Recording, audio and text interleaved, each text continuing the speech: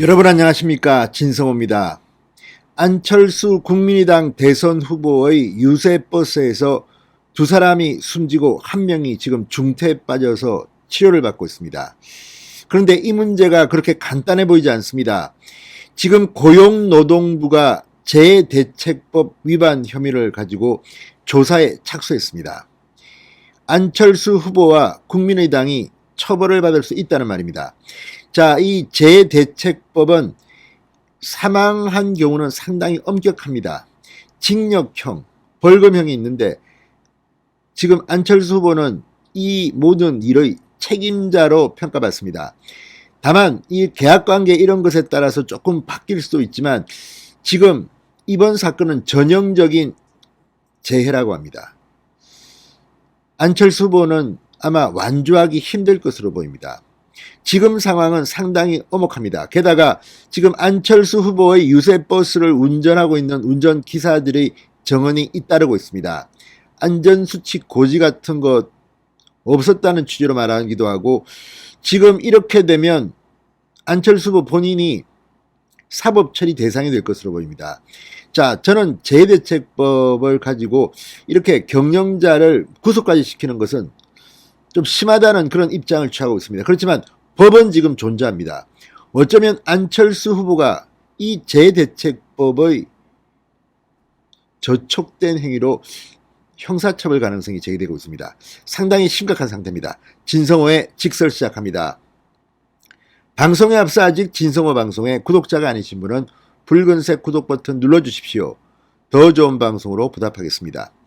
저도 방송에서 몇 번 말씀드렸지만 원래 대통령 선거전은 유세차, 그러니까 이 1톤 트럭, 1.5톤 트럭, 5톤 트럭, 이 트럭을 개조해서 유세하도록 만든 그런 유세차들이 해왔습니다. 그런데 안철수 후보 측은 이번에 이런 유세차를 만들지 않고 유세버스로 대신했습니다.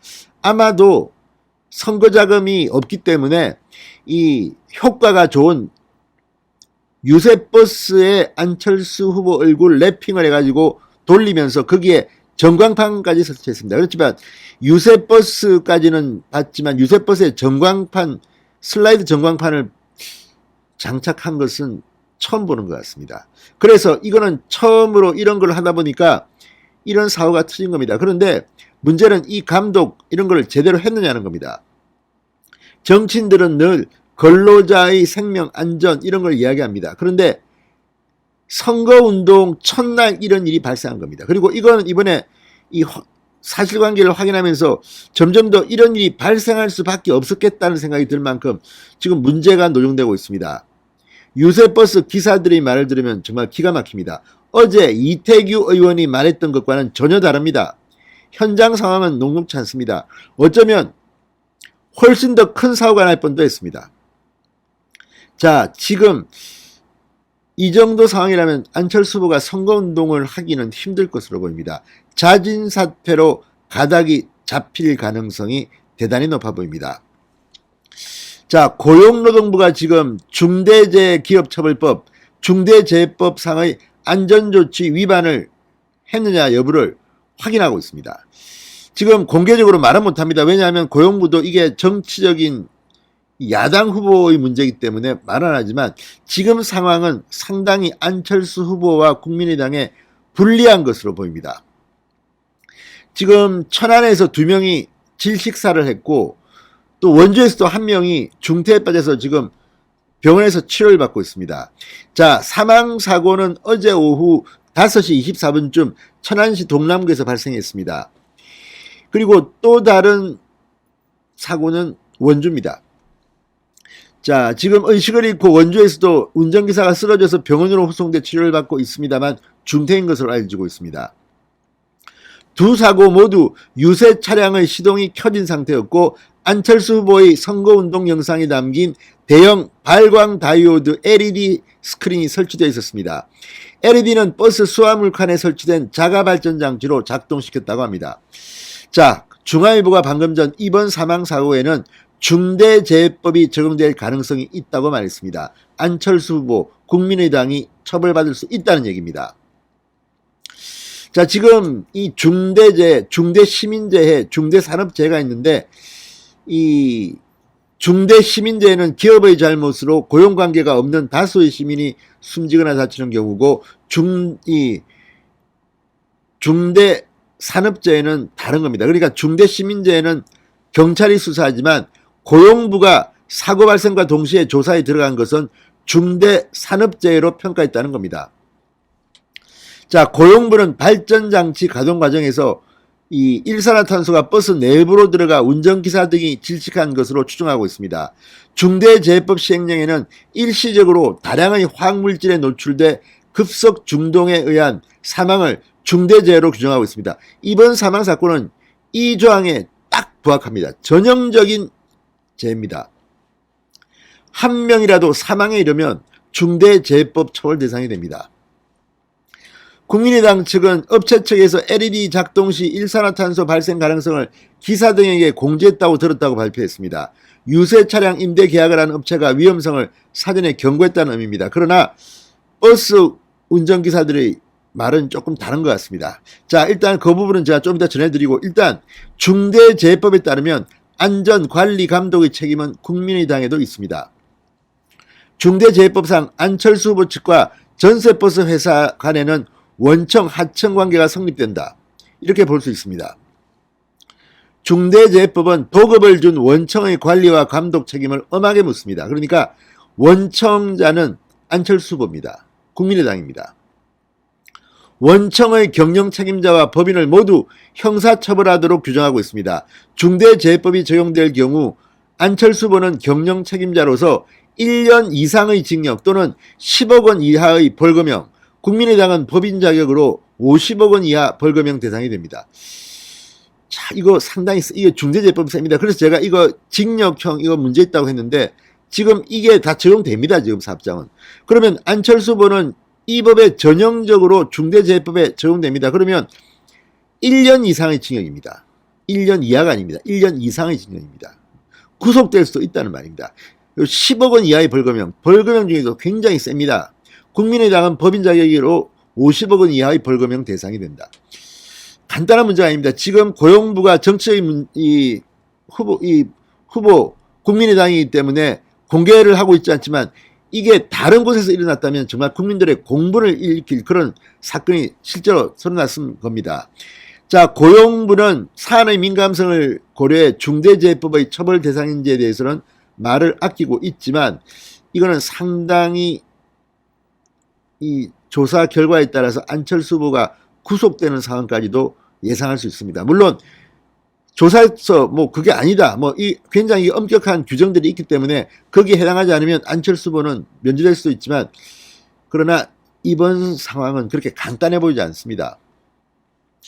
자, 이 중앙일보에 따르면 익명을 요구한 법학 전문대학원 교수는 중대재해법상 경영 책임자는 사업을 대표 총괄하는 책임이 있는 사람이다. 안철수 후보를 중대재해법상 경영 책임자로 볼 수 있다고 말했습니다.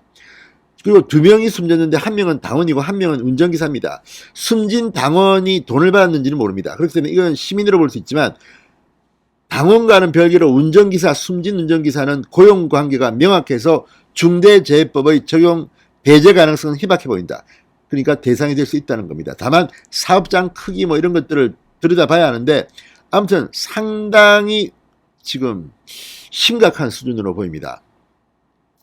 대선 후보와 관련된 민감한 사안이라서 중대재해법 시행 뒤 발생한 양주 채석장 붕괴, 판교 건설 현장 추락사, 여수산단 폭발 사고 등 3건에 대한 고용부의 수사에 저처럼 압수수색, 강제수사가 진행될지도 믿습니다.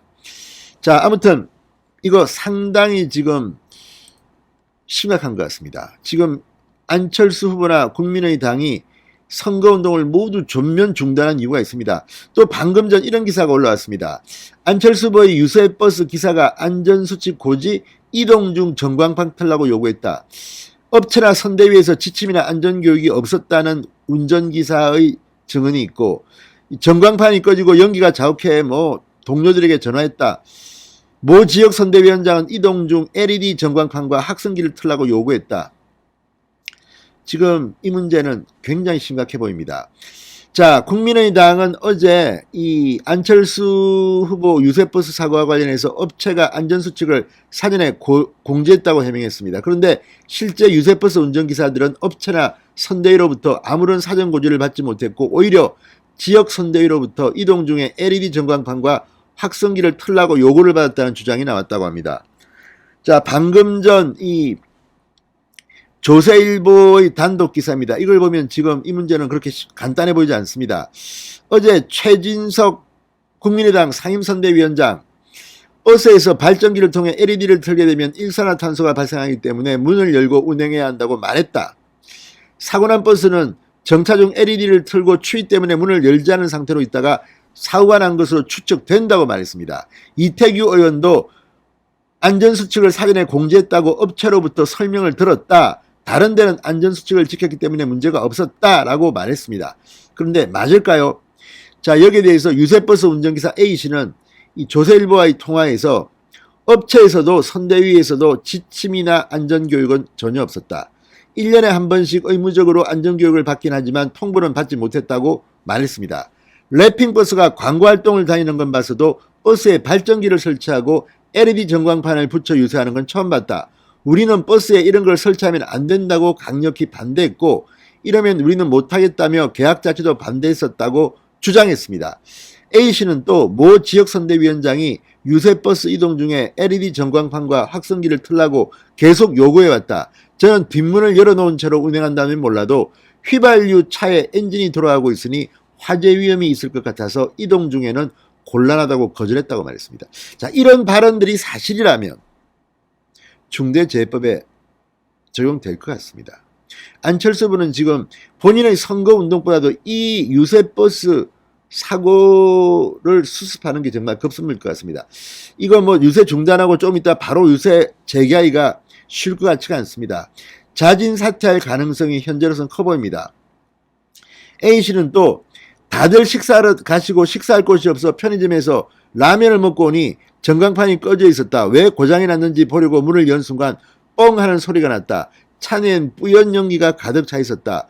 회사 동료들에게 절대 문 닫고 켜지 말라고 다 전화를 돌렸다. 돌아가신 분들은 우리 회사 동료가 아니라 연락처를 몰라 연락을 못 돌렸다고 했습니다. 그러니까 버스도 뭐 회사가 몇 개 있는 모양입니다. 자, 최영록 국민의당 경북선대위원장은 통화에서 어제 중앙당 조직국에서 지역선대위원장들과 선거운동원들도 유세차에 탑승해 선거운동을 하라고 전화가 왔다. 만약 우리가 중앙당 지침대로 20-30명씩 탔다면 유세버스에 앉아서 놀았겠느냐. 확성기로 방송도 하고 LED 전광판도 틀었을 텐데 지금쯤 어떻게 됐을까 생각하면 아찔하다고 말했습니다. 상당히 어쨌든 이 위험성이 상존에 있었던 것으로 보입니다. 자, 아무튼 이걸 보면 안철수 후보는 사퇴할 가능성이 높아 보입니다. 생각보다 심각합니다. 이 고용노동부의 조사 결과도 어떻게 될지 모르지만 아무튼 이 경우는 정말 예상하지 못한, 왜 유세버스에 이렇게 전광판 이런 생각을 했을까요? 아무튼 처음 하는 시도 같은데 이것 때문에 더 큰 사고가 날 뻔했다는 그런 생각도 듭니다. 아무튼 그럼에도 불구하고 예단은 하지 않겠습니다. 이 모든 것은 고용부의 조사, 경찰의 수사를 통해서 밝혀야 할 일입니다. 그렇지만 안철수 후보는 지금 이런 문제로부터 자유롭지 않습니다. 지금 정치인들은 이 법을 만들 때 이 뭐 기업 경영자를 거의 죄인 다루듯이 했습니다. 그런데 자신들이 지금 중대재해법에 딱 걸리는 그런 일이 벌어졌는데 어떻게 할지, 이거는 뭐 이 돌아가신 분들에게는 우리가 예의를 갖추고 이렇게 하지만 이 사고가 나게 된 국민의당과 안철수 후보는 비판을 받아 마땅합니다. 제가 볼 때는 이 정도 상황이면 선거운동 못합니다. 이 정도면 정말 심각한 상황입니다. 두 사람이 지금 숨졌습니다. 안철수 후보 곧 사퇴 선언을 할 가능성이 높아 보입니다. 진성호의 직설이었습니다. 여러분 감사합니다.